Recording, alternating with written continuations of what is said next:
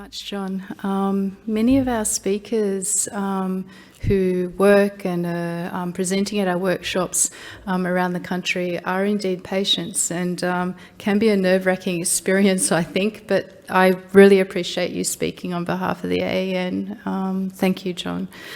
So up next is Dr. Matthew Rubik. He is a wonderful advanced trainee in haematology, who works at the Westmead Amyloidosis Clinic. And I'll bring him up here to tell you, or to give the basics for those who need to go over the basics again, on what is amyloidosis. Thank you, Matthew.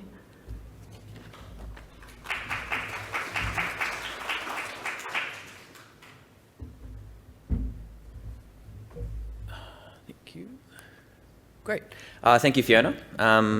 Fiona's a wonderful consultant at Westmead and a bit of an idol of mine in terms of someone who has carved out a really cool niche career in clinical haematology. So she's a pretty impressive lady.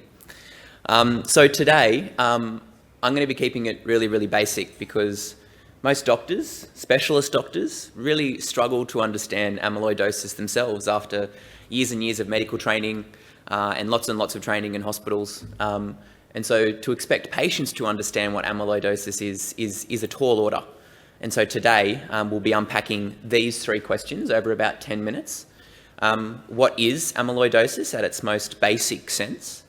What are some of the types of amyloidosis, and you know, what are the major ones we see in Australia?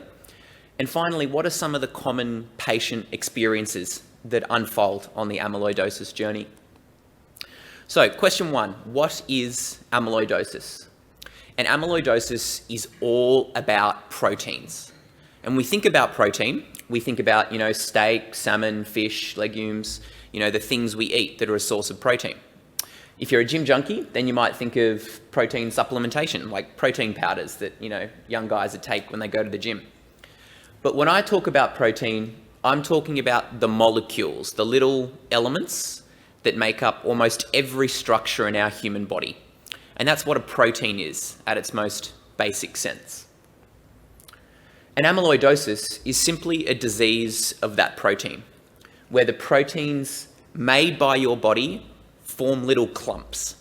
And those little clumps, because we're doctors, we like to use fancy words that actually don't have any real meaning, but these clumps of amyloidosis are called fibrils. Now that word's not important in itself, but it's good for you guys to know that word, because you'll hear amyloid doctors throw it around all the time. So proteins accumulate into fibrils, and then fibrils get deposited in various parts of your body to cause problems. And that is amyloidosis at its core. It's that simple. It's proteins forming fibrils that then get deposited in various organs of your body, leading to disease. And that's it. Now, this table that I want to spend 1 second on is a list of all the various proteins that can manifest an amyloidosis. I don't want you to ever look at that table again, because most doctors find this table a little bit confronting and confusing. And all you need to know is that over 40 proteins can cause amyloidosis. And I want you to keep this little flowchart in mind. There are different causes with different proteins, leading to different deposits in various parts of the bodies, leading to different types of diseases. And that word difference really highlights the plurality and the variety of this disease that we call amyloidosis. And so hopefully that flowchart helps unpack that for you. So, question two of the three questions today. What are the various subtypes of amyloidosis? And I think in the world, in Australia, of course, there are two main types of amyloidosis. There is ATTR amyloidosis, which is probably now the most common type of amyloidosis. And within ATTR, there is, as you know, wild type and hereditary. And the protein, coming back to protein again, in ATTR is a protein called TTR, which very simply carries vitamins and hormones around the body. The second one is AL amyloidosis, the second most common. And that's where the protein is a light chain, which is a part of your immunology system and fights off diseases and infections. And that's the protein that causes trouble in AL amyloidosis. And finally, the far column on the right, there are 37 other types of amyloidosis that we're not going to talk about today, but just to include those to make sure that everyone understands that it's a big spectrum of diseases. And this just highlights that you can have AL amyloid and ATTR amyloid, but they both lead to a similar problem, that being protein deposition in organs of your body. So let's spend a minute talking about AL amyloidosis to a little bit greater extent. And this video summarises it quite nicely. Amyloidosis is caused by the misfolding of light chain proteins, which accumulate and deposit as amyloid in various tissues and organs throughout the body. Light chain proteins are components of antibodies. Each antibody is made up of 4 protein molecules, 2 heavy chains and 2 light chains, which attach to each other before it can function properly. Antibodies are made in the bone marrow by a type of white blood cell called the plasma cell. They play an important part in helping the immune system fight infection. In AL amyloidosis, the plasma cells produce abnormal light chains. They still attach to heavy chains to form the complete antibody, but the abnormal unattached or free light chains are prone to misfolding and aggregate to form fibrils, which deposit as amyloid in various tissues and organs, including the kidneys, heart, nervous system, liver, and digestive system. So to summarise, that's the protein that causes AL amyloid, the light chain immunoglobulin. It's made in your bone marrow, which is in your long bones and your pelvic bones in your body, and it's deposited in the heart, the kidney, the liver, nerves, and the gut. So that's AL in a summary. You can see here that this graph demonstrates that AL amyloid can deposit in lots of organs, most commonly the heart, followed by the kidney, followed by nerves, livers, and the GI tract. And I think that graph shows the kind of variety of organ experiences that AL patients can have.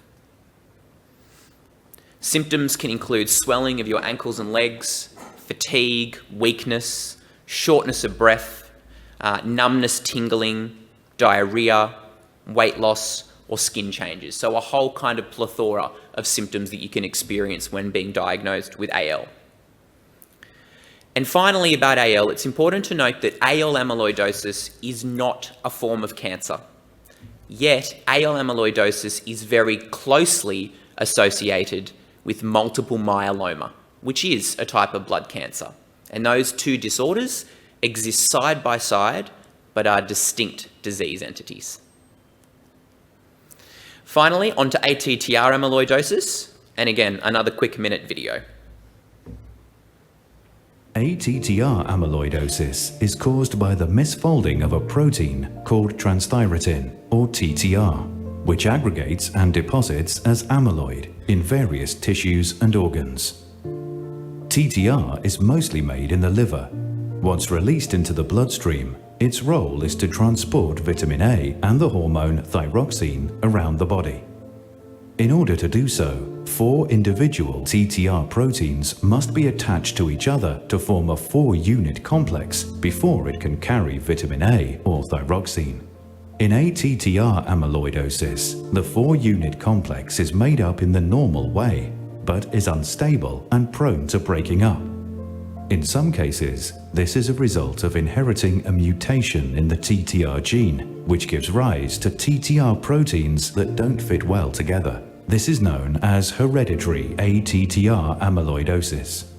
In other cases, the individual TTR proteins become altered as we age, but what causes this to happen isn't known. This type is generally referred to as wild-type ATTR amyloidosis. So the summary slide again, that's the protein on the left. It looks a bit different to the light chain proteins that get deposited. Instead of being made in the bone marrow, ATTR is made in the liver, and it deposits especially in the heart, but in various other locations as well. We've spoken about hereditary versus wild type, so age-related versus genetic ATTR. And the symptoms can be quite similar to AL amyloidosis, but with a more of an emphasis on symptoms relating to your heart. And finally, you can see that we think that ATTR is really like the medical iceberg, in that it's probably much, much more common than what we think.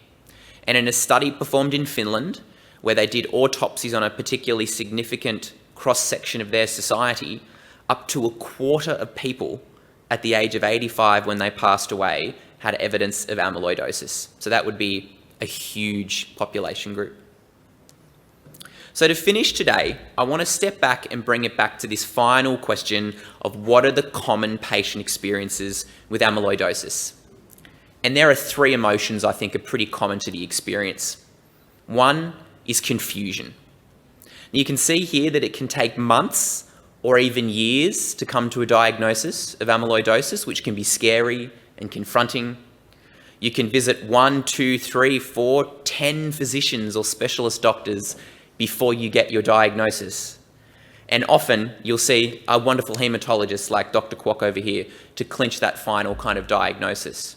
But this page shows that the journey is long and it can be scary. And so this leads to emotion 2 out of 3, which is being overwhelmed. And this is obviously grounded in the extensive investigation journey that you've all gone through to come to a diagnosis of amyloid, whether that be blood tests, scans, biopsies, and indeed genetic tests to definitively prove which type of amyloid you have. You know, you can get your ultrasound of your heart, which is the one up here, which looks like this. You can get the cardiac MRI, which is the really loud one. You can get the nuclear medicine scan. And of course, the biopsies that definitively prove the type of amyloid that you have.